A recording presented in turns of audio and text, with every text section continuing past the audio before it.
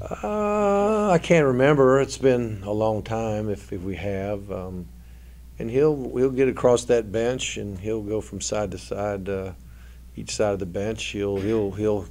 I see him in there when the kickoff coverage team's about to go out there, or kickoff return team's about to go out there. We got that pad, with the dots, and they'll all be sitting right there. We make sure everybody's going to be there, and Todd will be right there. Even if he's not returning the ball, he'll be there, just kind of motivating guys to get after it. Is that over for him, kickoff returns, or is No, he's still working there. When we got low at that position, we backed off a little bit. But he's still getting reps back there. Thursdays, you guys do some situational stuff. I think you practice Hail Mary. Is that like a 1 or 2 minute thing you guys might do? I know Pac-12 have a bunch of those. Yeah, they did. We do. We do things like we call Mayday. Mayday is when you, let's say it's 3rd and 25, and you complete a 20-yard pass inbounds. The clock's running. It's 4th down. You got no timeouts. You can't spike it because it's 4th down. So you got to sprint on the field, get your field goal team ready, and kick the ball. We'll work on that. We'll work on a Hail Mary. We'll work on obviously the defending of a Hail Mary. We do a 1-minute drill, offense versus defense, every Thursday. That's the only thing we do against each other. We start the day with a 1-minute drill, and we'll have different situations, whether we need a TD or need a field goal, 1 timeout, no timeouts, as many situations as you can get. One thing that came up that was interesting, it was a drill where we needed a field goal. And we had a long gain. There's no timeouts. Long gain inside the 5, so now you're in field goal range. But you only got about, I think we had maybe 25 seconds to go. And at that point, what we chose to do in that situation was to milk the clock, spike the ball, and then kick the field goal to win the game with 5 seconds to go, 4 seconds to go, whatever it is. You spike it at about 5, it's about 4-3 by the time they stop the clock. So you're going to have the last play of the game. Seems like a smart thing to do.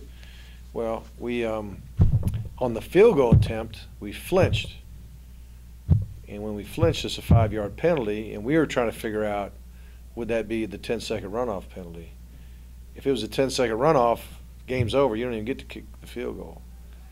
But as we found out, it was not that penalty. The 10 seconds could not have been rough because the play prior was the spiking of the ball, and that was on a stopped clock. So if it's on a stopped clock, then you can't get a 10-second runoff. If the penalty itself causes the clock to stop, then you can have a 10-second runoff. So if you rewind, when we got to the point where we did the clock play, if we'd have flinched on the clock play with under 10 seconds, because we're letting it go down to 5, clock, kick the ball. If we'd have flinched on that play, because the play prior was in bounds, and that penalty would have stopped the clock, the game would have been over. We would not have been able to attempt a field goal.